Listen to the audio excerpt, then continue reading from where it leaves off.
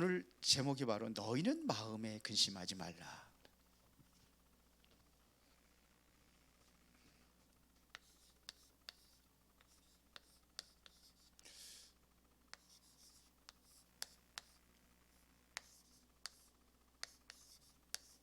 근심하지 말라 하는 이야기는 근심거리가 많이 있다는 얘기죠. 근심이 없는데 근심하지 말라, 그렇지는 않겠죠. 자, 그러면은 누가 이 말씀하셨냐? 예수님께 직접 말씀하셨습니다. 그러면은 예수님께서는요, 사실은 그 세계를 정복했습니다.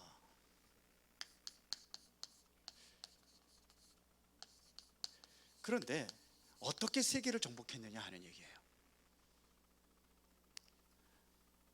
뭐 이렇게 군사를 훈련하고, 그리고 무기를 만들고 이렇게 산 게 아닙니다. 싸움도 하지 않았어요. 오히려 책 한 권도 남기지 않았어요. 그런데 어떻게 세계를 정복할 수 있었느냐? 나폴레옹이 센터 헤레나 섬의 유배지에 갔을 때에 얘기하죠. 나는 세상을 무력으로 정복하려고 했는데 한 평의 땅도 차지하지 못했지만 예수님은 사랑이라는 그 한 단어를 가지고 세계를 정복했다, 그런 얘기를 했는데, 물론 사랑도 맞지만서도 지금까지 남아있는 게 있어요. 그게 뭐냐? 말씀입니다. 어떻게 세계를 정복할 수 있었는가 하면 하나님의 말씀입니다. 이 말씀으로 세계를 정복한 거예요. 이 말씀은 어떤 말씀이냐? 성경에서 말하고 있습니다.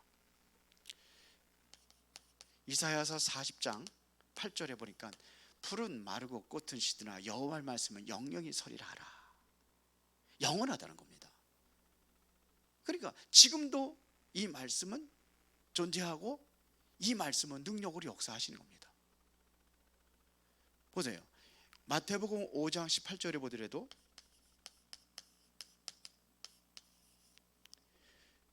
예수님께서 직접 말씀하셨습니다. 천지가 없어지기 전에는 율법이란 하나님 말씀을 얘기하는 거죠. 말씀은 1.1획도 결코 없어지지 아니하고 다 이루리라 그랬어요.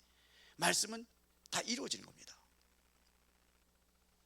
이 말씀에 어떤 능력이 나타나느냐? 히브리서 4장 12절에 보니까 살아있고 운동력이 있어 자원에서는 어떤 검보다도 예리하여 어디 혼과 영과 관절과 골수까지도 찔러 쪼갠다. 실제적으로 뭐냐면 변합니다. 이거를 만약 회복이라 이렇게 얘기할 수도 있어요. 회복의 말씀입니다. 이거를 뭐라냐? 살린다 그래요. 그래서 에스겔서 37장 같은 경우에 보면은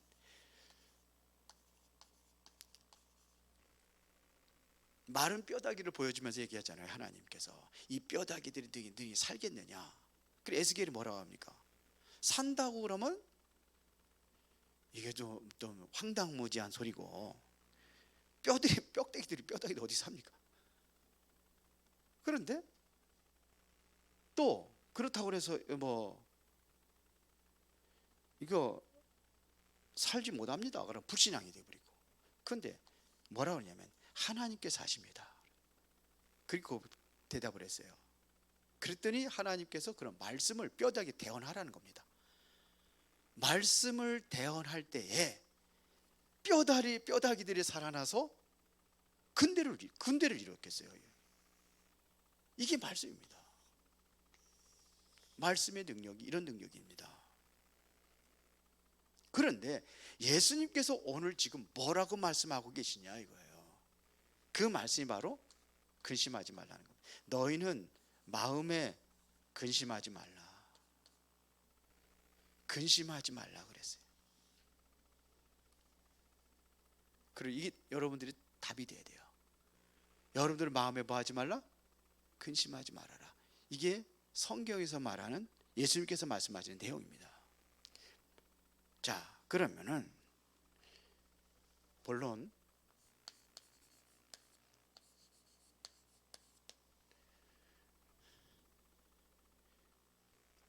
근심할 일이 뭡니까 여러분들?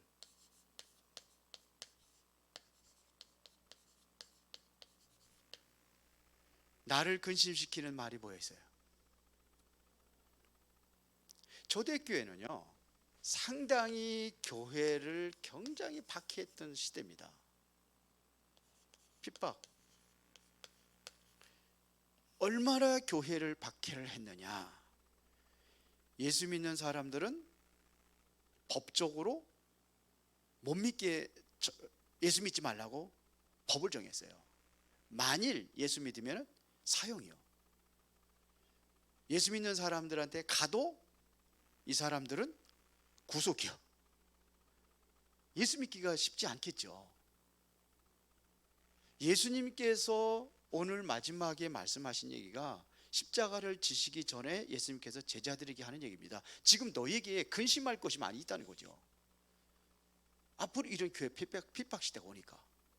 그러나 근심하지 말아라, 이런 얘기예요.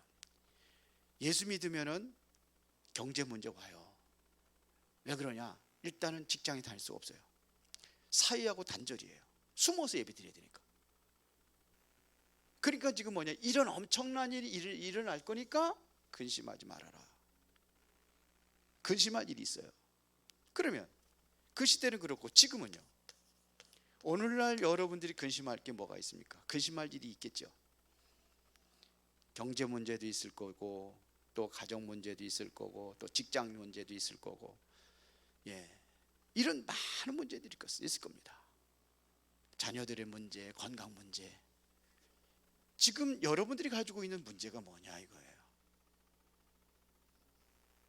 또 우리는 또 미래에 대한 문제가 올 수밖에 없죠. 미래가 불안한 거예요. 지금 어떤 것들이 많이 있겠죠. 하나님은 이런 문제들이 있어도 반드시 뭐냐? 승리하게 하신다는 겁니다. 근심하지 말라는 얘기는요, 근심 안 해도 된다는 거예요. 왜? 승리할 거니까. 다 지나가는 겁니다. 예를 들어서 몇 사람 좀 여기 얘기를 하겠는데 봅시다. 요셉이라든지 뭐 이렇게 다윗, 아브라함, 야곱, 초대교회 쭉 얘기를 했습니다. 거기 그렇게 해놨는데 이 사람들을 보세요. 반드시 승리합니다. 그리고 뭐냐? 이 문제들 속에서 뭐가 발견되냐면요, 하나님의 엄청난 굉장한 일들이 이루어집니다. 하나님의 일, 이 문제 뒤에서 뭐냐면 하나님의 역사가 일어나는 거예요. 우리가 상상하지 못할 만큼의 큰 역사들이 일어났습니다. 예를 들어 요셉 같은 경우 보세요. 요셉은 형들하고 막 갈등하고 막 그랬잖아요. 이 갈등이 심해져 가지고 형들이 요셉을 죽이려고 했어요. 결국은 구덩이다 빠뜨렸는데 마침 물이 없었다라 그래서 살았어요. 그러니까 야, 우리 죽이면 뭐하냐, 그래도 우리 형제들인데 차라리 안 보면 되지 않겠냐. 그래서 애굽으로 노예로 팔아버렸어요. 애굽에 노예로 간 겁니다. 노예로 가죠. 또 억울한 누명 쓰고 감옥에 들어가죠. 그런데 이게 모든 것들이 문제가 전부 다 과정이 돼버린 거예요. 나중에는 뭐냐, 애굽의 총리가 돼가지고 전 세계에 쌀 장사하면서 세계보험하잖아요. 만약에 요셉이 그러한 문제가 없었다고 한다면요, 그러면 요셉은 세계보험만 못하겠죠. 늘 뭐 양이나 치고 그러면서 살을 텐데 아버지 밑에서. 그래, 애굽이라는 엄청난 나라에 노예라는 신분을 가지고 들어간 거예요. 그래서 이 사람에게 나타난 역사들을 보면은 엄청난 역사들이 일어나죠. 보디발의 집에 있을 적에 보디발의 집까지 모든 게 축복을 주잖아요. 요셉 때문에. 감옥에 들어가서도 마찬가지입니다. 간수들에게 답을 주잖아요. 왕이 꿈을 꾸고 무슨 꿈인지 전혀 이해를 못했을 때 요셉이 가서 그 꿈을 해몽을 하잖아요. 그 세상적인 그 이론 가지고는 모르는데 하나님의 기준을 보니까는 그 꿈이 해석이 되는 거예요. 내 기준으로 보면은 우리 생각, 우리 수준으로 보면은 이해를 못하는 거죠. 그런데 하나님 앞에 기도하면서 말씀 속에 있었기 때문에 요셉은 그걸 아는 거예요. 7년 동안 풍년이 들고 7년 동안 흉년이 들고 그거를 대비를 해가지고 전 세계 흉년 들어가지고 쌀이 없을 때에 풍년 들었을 때의 쌀을 전부 다 끌어다가 곳간에다가 전부 다 채운 것들을 풀으면서 7년 동안 살린 거예요. 그러면서 이런 역사가 일어난 거예요. 그 요셉한테 그랬을 거 아닙니까? 너희는 어떻게 해서 쌀이 있냐? 미리 알고 있었던 거죠. 말 안 해도 그게 세계복음화예요. 다윗 같은 경우도 마찬가지입니다. 사울왕하고 안 맞잖아요. 안 맞는 게 그게 오히려 뭐냐면 세계복음화하는 기회였어요. 그게 하나님의 계획이었습니다. 전부 다 마찬가지예요. 아브라함 갈대와 우리에서 잘 살고 있잖아요. 잘 살고 있는데 하나님께 떠나라는 겁니다. 떠나면서 많은 문제들이 일어났지만서도 안 떠났으면 어떻게 보냈습니까? 거기에 하나님의 계획이 있었던 거예요. 그래서 아브라함을 통해서 하나님께서 그 혈통을 통해서 메시아가 오시는 그러한 과정들이 일어난 겁니다. 야곱도 엄마 앞에서 맨날 팥죽만 끓이고 있었다고 한다면요, 그거 뭐 되겠습니까? 엄마 심부름해서 밥이나 하고 빨래나 하고 이렇게 했다면 뭐 되겠습니까? 그래서 하나님께서 야곱이라는 그 형을 통해 가지고 어떠한 그 갈등이 일어남으로 인해서 할 수 없이 형한테 죽임을 당하기 전에 도망 나온 거 아닙니까? 그런데 그게 바로 문제가 이 하나님의 숨겨져 있는 역사를 이룰 수 있는 과정이라는 거죠. 그래서 그 이름이 뭐가 됩니까? 이스라엘이라는 이름이 되잖아요. 초대교회에 많은 어려움이 있었습니다. 그런데요, 그 어려움 속에서 세계복음화를 이루어가는 응답이요 기회였습니다. 모든 것들이 보면요. 그래서 우리가 문제를 당하고 우리가 고통당하는 일이 있다 할지라도 우리는 하나님 앞에 기도하면서 거기에 숨겨져 있는 하나님의 계획을 찾는 겁니다. 그래서 거기에서 바로 우리는 응답을 찾는 겁니다. 그러면은 이거를 응답을 보면은 지금 고통 가운데 있어도 감사할 수가 있는 거죠. 이렇게 가는 겁니다. 그래서 범사에 감사를 어떻게 범사에 감사할 수 있습니까? 문제 있고 그런데. 그런데 일어날 수 있는 하나님의 계획을 본 게 이 응답이거든요. 그걸 보면 감사하는 거죠.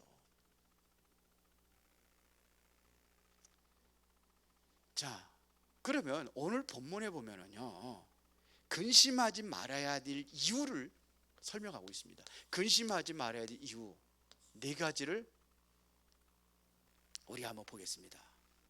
1절에 보니까는 뭐라 했습니까? 너희는 마음에 근심하지 말라 그랬어요. 왜요? 하나님을 믿으니까 그랬어요. 우리가 하나님을 믿으니까. 하나님을 믿는, 그럼 하나님은 어떤 사람이에요? 하나님 어떤 분이냐 이거죠. 알고 믿어야 될 거 아닙니까? 여러분들도 다 그러잖아요. 하나님은 전지전능하시다고. 모든 것을 알고 계시고 불가능한 걸 가능케 하시는 하나님이라는 게 전지전능. 무소부재는 뭡니까? 어디든지 계신 거예요. 지금 여러분들 문제 속에도 하나님께서 함께 하신다는 얘기입니다. 무소부재, 무소불능, 불가능한 일이 없어요. 하나님은. 이게 하나님이세요. 아무것도 없는 데서 말씀으로 하나님은 천지를 창조하신 그 하나님이 우리 아버지 된다 이거예요. 그래서 이 하나님의 우리가 누구냐? 자녀라는 얘기입니다. 그러면 자녀는 누가 책임지겠어요? 하나님이 아버지가 책임지는 거죠. 더군다나 여러분들은 전도자입니다. 여러분들은 21세기를 살릴 수 있는 주역입니다. 그래서 이런 문제를 통해서 21세기 살리기는 그 제자로 부르신 겁니다. 이걸 알면은 여러분들이 하나님의 자녀에 대한 자부심을 가질 수밖에 없어요. 긍지를 가질 수밖에 없어요. 그걸 자긍심이라고 하죠. 이게 오는 겁니다. 자, 이거를 갖는 거예요. 그러면서 뭐냐면 나를 믿으라 하는 얘기는 예수님께서 말씀하셨으니까 나는 누구예요? 예수님이에요. 예수님을 믿으면은 믿어라 이거예요. 하나님을 믿으면 나를 믿어라. 왜? 하나님의 계획 속에 보내주신 분이 예수 그리스도니까요. 그러니까 예수 그리스도를 믿는 겁니다. 우리가 잘 알고 있잖아요. 그리스도라는 뜻이 어떤 뜻인지 우리의 삶 저주의 문제를 해결하신 분 아닙니까? 그렇죠. 이 안에서 여러분들의 과거 문제 해결되었습니다. 허물과 죄로 죽었던 너희를 살리셨도다. 이제 더 이상 세상 풍속을 쫓고 공중권세자 문제 따를 필요가 없다. 이게 바로 현재 문제 해결이잖아요. 지금 불순종의 아들인다고 역사하는 그 영 따라가지 않아도 된다 이거예요. 그러면서 그리스도와 함께 하늘에 앉히시니라. 미래 문제, 이게 완벽한 해결자가 그리스도예요. 그러니까 염려하지 말아라. 우리 영적인 문제, 여러분들이 가지고 있는 모든 문제, 운명과 재앙, 사단의 권세 완전히 깨트려 버렸습니다. 그래서 모든 문제 끝입니다. 그리스도 안에서. 이걸 믿으면은 문제될 게 없다 이거예요. 지금 있는 문제, 이게 문제될 게 없다 이거예요. 끝났다 이거예요. 예수가 그리스도라는 사실을 믿는 겁니다. 이해가 되십니까? 내가 바로 하나님의 자녀가 되는 최고의 신분과 권세를 우리가 가지고 있는 겁니다. 요한복음 1장 12절에 영접하는 자 곧 그 이름을 믿는 자들이 하나님의 자녀가 되는 권세를 주었어요. 누구의? 예수 그리스도를 믿음으로 하나님의 자녀가 되는 신분과 권세가 회복이 된 겁니다. 이거를 믿으니까 근심하지 말아라. 그러면서 2절에 내 아버지 집에 거할 것이 먼저다. 그렇지 않으면 너희에게 일렀으리라. 내가 너를 위하여 뭐를 예배하러 가노니? 거처를 예배하러 가노니. 가서 너희를 위하여 거처를 예배하면 내가 다시 와서 너희를 내게로 영접하여 나 있는 곳에 너희도 있게 하렴이라. 이게 어디입니까? 천국이잖아요. 우리는 뭐냐? 이게 천국이 준비된 거예요. 내가 이제 간다 이거예요. 십자가 못 박혀 죽어서 간다는 겁니다. 가면 너희에게 훨씬 유익이라. 왜 그러냐? 내가 너를 천국을 예비한다 이거예요. 그래서 이게 예비되면은 내가 다시 와서 너희들을 이곳으로 이끌어 가겠다. 이게 오늘 본문에서 나오는 얘기입니다. 우리 구원받은 자의 우리가 천국이 우리가 앞으로 갈 곳도 되지만 지금 우리가 살아가는 배경이 바로 이 천국 배경을 가지고 살아가는 겁니다. 그걸 얘기하는 거예요. 우리의 배경이 천국 배경입니다. 이 땅에 살아가는 동안도 우리가 가는 곳에 하나님의 나라를 이룰 수 있는 거예요. 사단과 흑암의 세력이 꺾어지면은 이미 하나님의 나라가 임하였느니라. 그렇습니다. 이게 예수님께서 말씀하신 그대로 설명하는 겁니다. 또 하나는 뭐냐면 16절 17절에 보면은 이렇게 되어 있습니다. 보세요. 내가 아버지께 구하겠으니 그가 또 다른 보혜사를 너에게 주사 언제까지요? 영원토록 너희와 함께 할 것이다. 이게 보자는 보호할 보자입니다. 우리를 보호하신다는 얘기죠. 은혜의 해자입니다. 은혜를 주신다는 겁니다. 사자는 뭐냐면 가르치신다는 겁니다. 보혜사. 이분이 영원토록 우리 속에 함께 하시겠다고 그랬습니다. 그러면서 17절에 그는 진리의 영이라 세상은 능히 그를 받지 못하나니 이는 그를 보지도 못하고 알지도 못함이라. 그러나 너희는 그를 아나니 그는 너희와 함께 거하시며 너희 속에 계시겠습니다. 아래 우리 속에 들어와 계신대요. 보혜사로, 성령으로. 그래서 염려하지 말아야 될 이유 네 가지. 하나님을 믿느냐? 전지전능하신 하나님 믿느냐? 그러면 네가 바로 하나님 자녀야. 네가 예수 그리스도 믿느냐? 너의 과거, 현재, 미래 문제 다 끝났어. 저주, 사단의 권세 다 끝내버렸어. 네가 영접하면 여기 하나님의 자녀의 최고의 신분과 권세 다 그 안에 있는 거야. 너는 이제 앞으로 천국 배경, 이 배경 가지고 사는 거야. 그래서 성경 그대로 나온 대로 얘기하는 겁니다. 보혜사 함께 하시겠다는 겁니다. 영원토록. 이게 근심하지 말아야 될 이유예요. 오늘 근심거리 있으면 다 내려놓으시고 오늘 말씀 잡으시기 바랍니다. 요한복음 14장 1절부터 18절까지. 그러면은 27절에 보세요. 27절에 평안을 너에게 끼쳐내니 곧 나의 평안을 너에게 주노라. 내가 너에게 주는 것은 세상이 주는 것 같이. 정말로 이것을 믿으면은 뭐가 오느냐? 마음에 평안이 오는 거예요. 이 평안은 세상이 주는 것 같지 않다고 돼 있어요. 이러면 되는 거 아닙니까? 그러면서 세 번째입니다. 근심하지 말아야 될 더 큰 이유가 있습니다. 앞으로 여러분들을 통해서 하나님께서 하시고자 하는 일이 있습니다. 그게 뭐냐? 세계복음화입니다.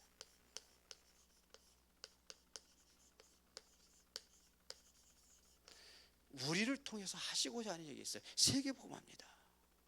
그래서 우리에게 성령 충만 주시겠다는 겁니다. 사도행전 1장 8절에 성령이 너희에게 임하시면 너희가 권능을 받고 예루살렘과 온 유대와 사마리아 땅 끝까지 이르러 내 증인이 되리라. 세계복음 하겠다는 겁니다. 자, 봅시다. 성령 충만 받으면 땅 끝까지 증인된다고 했을 때에 우리가 그러면 어떻게 기도할 것이냐?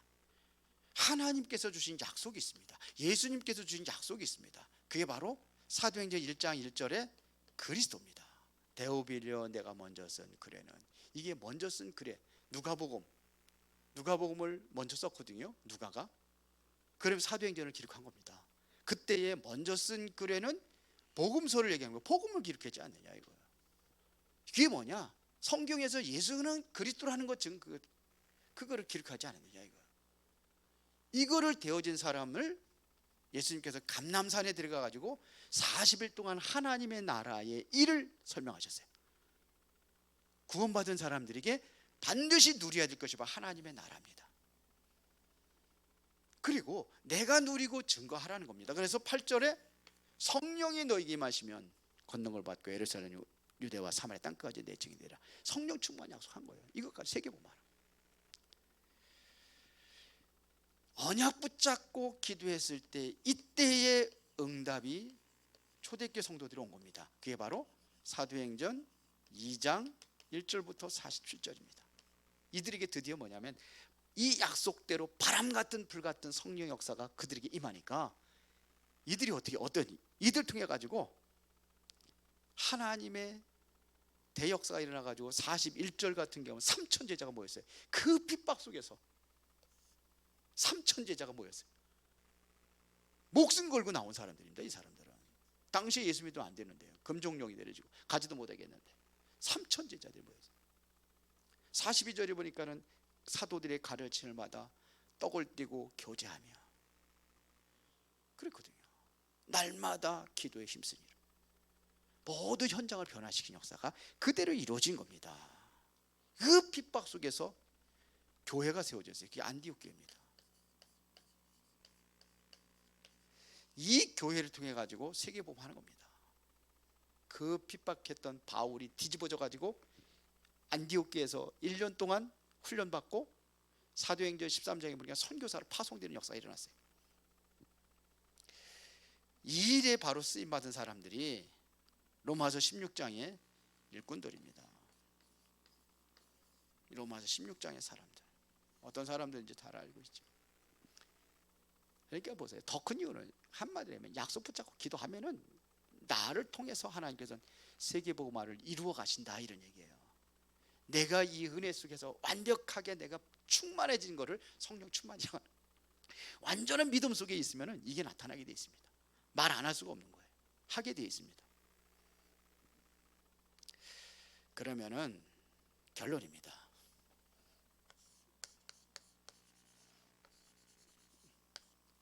어떻게 하느냐 이거죠. 어떻게 하면 되겠습니까?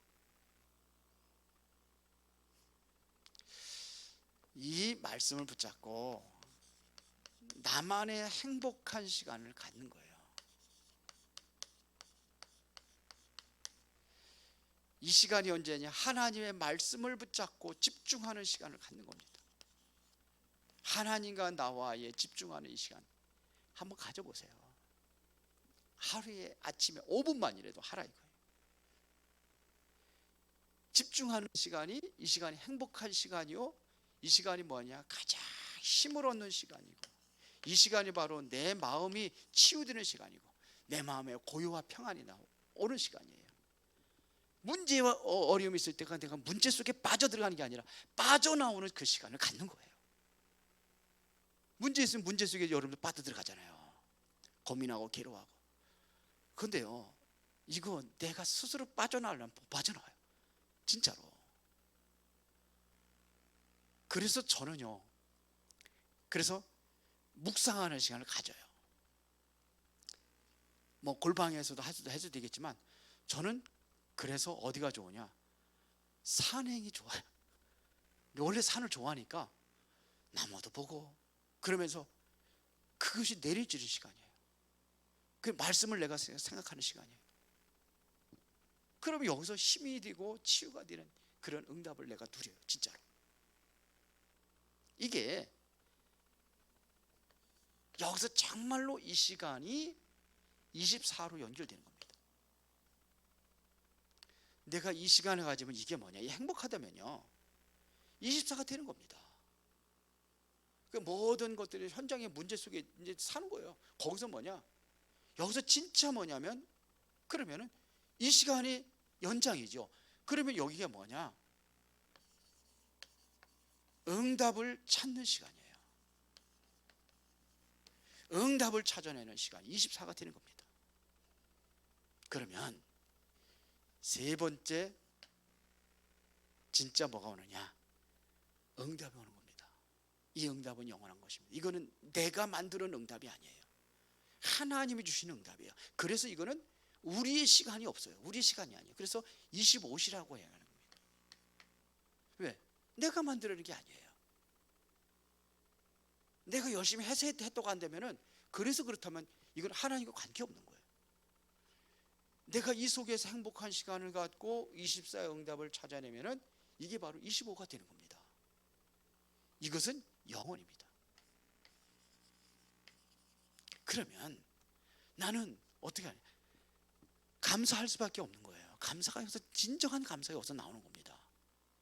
오늘 여러분들의 말씀만 듣고 답을 찾고 정말로 하나님의 말씀에 그대로 실천만 한다면 하나님께서 여러분들에게 그 응답을 주실 겁니다. 내가 만들어내는 것이 아니라 하나님이 주시는 응답, 이건 영원한 겁니다. 오늘 이 응답을 누리시기를 예수의 이름으로 축원합니다. 전능하시고 살아계신 아버지 하나님께 감사를 드립니다. 오늘 너희는 마음에 근심하지 말라, 말씀 붙잡고 영적인 힘을 얻는 시간이 되게 하시며, 우리가 이제는 참된 행복한 시간을 갖고 누리며 24, 25라는 영원한 응답 속에서 모두가 다 전도자로 쓰임받게 하옵소서. 예수 그리스도 이름으로 기도드리옵나이다. 아멘.